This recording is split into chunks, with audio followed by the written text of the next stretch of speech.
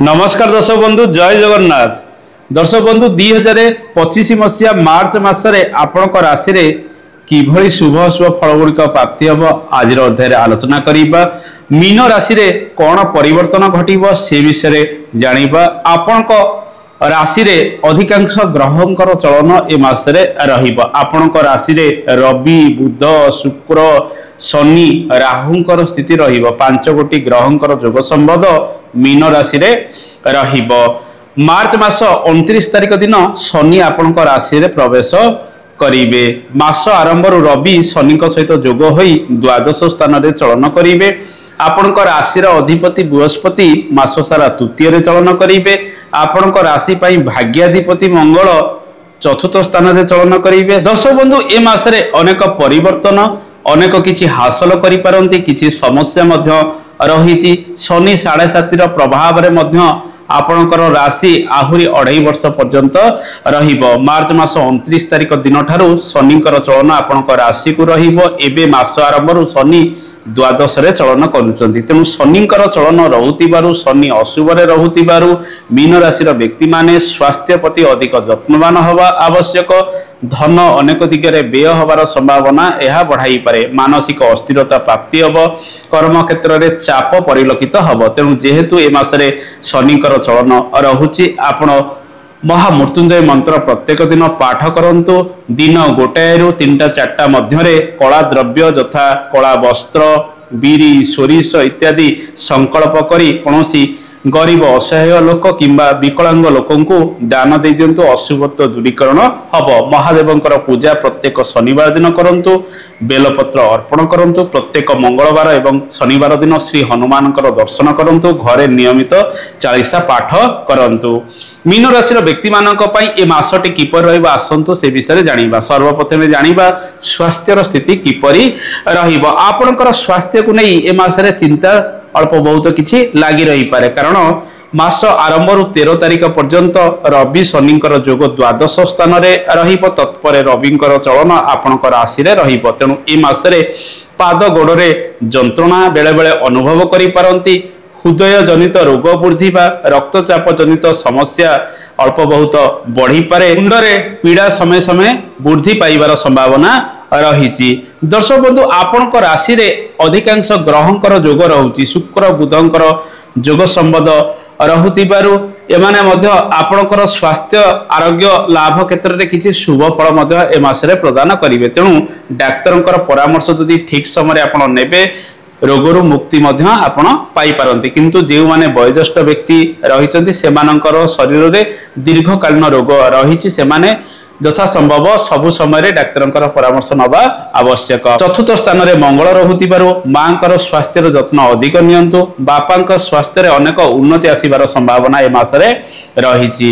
दर्शक बंधु नूतन गर्भ धारण करिया पई मासटी सेते अनुकूल रहिबो नाही। आसंतु जानिबा आपनकर आर्थिक क्षेत्र किपरि रहिबो। ए मासरे रोजगार जेमिति व्यय मध्य सेमिति लागि रहिबो। रवि द्वादश रे चलन करूचंती। शनिक सहित जोग होई अधिक परिश्रम लागि रहिबो। मासर प्रथमार्ध रे 13-14 तारिख पर्यंत निज रोजगार प्राप्ति करिया पई अधिक परिश्रम रे अल्प बहुत सामान्य किछि रोजगार पाई पारंती। किंतु बड़ खर्च बड़ खर्च विभिन्न दिगरे ए मासरे लागि रहिबार संभावना रहिछि। जे मानकर कोर्ट केस इत्यादि लागि रहिछि सेतिरे से माने खर्चांत होई पारंती। मेडिकल रे किछि खर्च वृद्धि होबार संभावना ए मासरे मध्य रहिछि। दर्शक बंधु एई समय जेहेतु रवि द्वादश स्थान रे चलन करूचंती ट्रांसफर इत्यादि हबार संभावना कर्म क्षेत्र रे मध्य रहिछि। सरकारी क्षेत्र रे अदल बदल चाकरी छाड़ीबार जोग गुड़िक मध्य बलवत्तर रहिबो। मार्च मास 14 तारिख परठारु नुआ चाकरी क्षेत्र रे आपण किछि शुभ फल मिलिबाकू जाउची। शुक्र बुधंकर जोग संबंध आपणक राशि रे रहुतिबारु जानवाहन किणाकिणी करि परिबे। किछि शुभ संवाद मध्य पाई पारंती। मासर प्रथम 13-14 दिन अधिक परिश्रम रहिबो। मासर द्वितीयार्ध रे आपणकर आत्मविश्वास निज उपरे भरपूर रहिबो। जहा फल रे कार्य क्षेत्र रे सफलतार हार टिका अधिक रहिबो। जॉब परिवर्तन करिबा जॉब चेंजेस करिवार समय रहुची। तेणु नुआ जॉब जदि आपण पाउचंती ताकू भल भाव रे तर्जमा करी आगेइबा आवश्यक। दर्शक बंधु यह समय व्यवसाय वाणिज्य क्षेत्र में सफलतार हार निश्चित रहिबो। व्यवसायी बंधु माने अधिक निवेश कौन कार्य क्षेत्र में करि छोट मोट निवेश करी आग को बढ़ंतु बाकी बुकर क्या दिंतु नहीं कारण ए मासरे आय जमीती व्यय सेमिति रहिबो। तेणु निजर इनकम बढ़ाई अधिक योजना गुड़िक प्रस्तुत करंतु नगद अधिक कारोबार करने ए मासरे चेष्टा करंतु ऋण अधिक नियंतु नहीं कारण ए समय धनर दिग सेमिति भल नहीं। धनाधिपति आपण राशि मंगल चतुर्थ स्थान में रहुथिबारु आपण जदि कोनोसी जमी जमा कार्य क्षेत्र में किसी इन्वेस्टमेंट करुछंती कृषि संबंधित कार्य क्षेत्र में किसी इन्वेस्टमेंट करुछंती आगामी दिन में सेतुरु धन मध्य प्राप्ति करि पारंती। एही समय जमबाड़ी कार्य में छोट मोट कलह उपजी पारे से सब प्रति मध्य आपनको ध्यान देवा को पड़िबो। जे माने व्यवसाय वाणिज्य करुछंती से माने एही समय विदेश गस्त करी कोनोसी नुआ कार्य गुड़िक मासर प्रथमार्ध रे करि पारंती किंतु शरीर जत्न नेबे अधिक निवेश ठारू दूरे रहिबा आवश्यक। बुध आपणक राशि पई सप्तमाधिपति आपणक राशि रे चलन करुछंती से सप्तम स्थान को मध्य दृष्टि दउतिबारु कारोबार क्षेत्र में बेले बेले उन्नति बेले बेले अन्य ग्रह जोगु किछि डाउनफॉल होई पारे किंतु ए मासरे बैलेंस रे आपण मध्य व्यवसाय वाणिज्य रे रही कार्य गुड़िक करि पारंती। दर्शक बंधु ए मासरे शेयर मार्केटिंग क्षेत्र में अधिक अर्थ निवेश आपण करंतु नहीं। मासटी टिके समस्या रे आपण को पकाई पारे। नुआ जानवाहन किना किणी करि पारंती जेहेतु शुक्र आपणक राशि रे शुभरे रहउचंती अवश्य मासर द्वितीयार्धरे शुक्र पीड़ित रहिबे सेतिरे किछि खर्च बढ़िबो। नूतन अलंकार वस्त्र किणाकिणी क्षेत्र में मध्य आपण सफलता पाइबे। कम्युनिकेशन स्किल आपणकर वृद्धि पाइबो। लेखालेखी क्षेत्र में आपणकर आग्रह बढ़िबो। जे माने विशेष करी कलाकार रही नृत्य संगीत कला इत्यादि क्षेत्र में किसी परफॉर्मेंस करुछंती से माने मासर प्रथमार्धरे अधिक सुजोग मध्य पाई पारंती। दर्शक बंधु विद्यार्थी मान पई समय किपर रहइबा आसंतु जानिबा। विद्यार्थी माने आपणक राशिर पंचम भावर ग्रह चंद्र अटंती। पंचम स्थान को राहुंकर प्रभाव ए मासरे रहुची। बृहस्पति आपणक राशिर तृतीय रे रही भाग्य स्थान को दृष्टि दउचंती टिके अन्यमनस्क होई पारंती। ओभर कॉन्फिडेंस टिके अधिक बढ़ी पारे कारण राहु रवि शनिकर जोग संबंध मध्य आपणक राशि रे रहिबो। तेनु कन्फ्यूज मेंटालिटी टिके रही पारे। तेणु आपण से सब को टिके ध्यान देवा को पड़िबो। परीक्षा खाता रे भल भाबरे धीरे धीरे लेखंतु कोठी काले भूल भटका हेई जीवो। एई मासरे अधिक परिश्रम करिबा आवश्यक जेहेतु परीक्षार समय रहुची। कॉम्पिटिटिव एग्जाम जे माने दउचंती अधिक परिश्रमर सम्मुखीन से माने मध्य होई पारंती।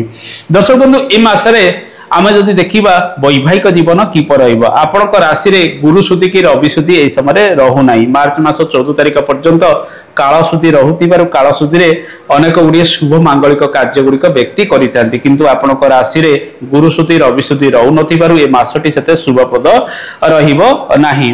दर्शक बंधु ए समय दाम्पत्य जीवन में निश्चित सुख दुख रहिबो। चतुर्थ रे मंगल रहुतिबारु दाम्पत्य जीवन में एवं पारिवारिक जीवन में किछि मनमालिन उपजिबार संभावना रही। घर परिवार को नहीं किछि अशांति मध्य आपण भोग करि पारंती। महिला माने कर्मजीवी हेबे। मां को स्वास्थ्य को नहीं आपणकर चिंता टिके बढ़ी पारे। सांग साथी सहित बेले बेले मनमालिन उपजी पारे। मां टिके चिचिड़ा स्वभाव मध्य ए मासरे परिलक्षित होई पारंती। से सब क्षेत्र को आपण को ध्यान देवा को पड़िबो। लव लाइफ रो स्थिति जो देखिबा लव लाइफ क्षेत्र में निश्चित शुभ फल मिलिबो। सप्तमाधिपति आपणक राशि रे चलन करुचंती राहुंक सहित जोग संबंध रे रहउतिबारु 14 तारिख पर्यंत गुप्त संपर्क गुड़िक बढ़िबार संभावना अधिक रही।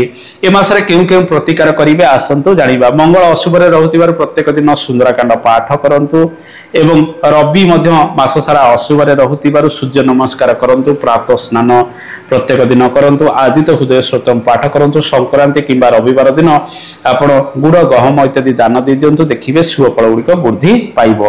दर्शक बंधु ए तो थिला मीन राशि रा फलाफल। आशा करे कार्यक्रमटी आपनको भल लागिथिबो। कार्यक्रम संपर्क में मतामत देबे। आज तो समय ही जाइए। आज एतिकी। नमस्कार। जय जगन्नाथ। धन्यवाद।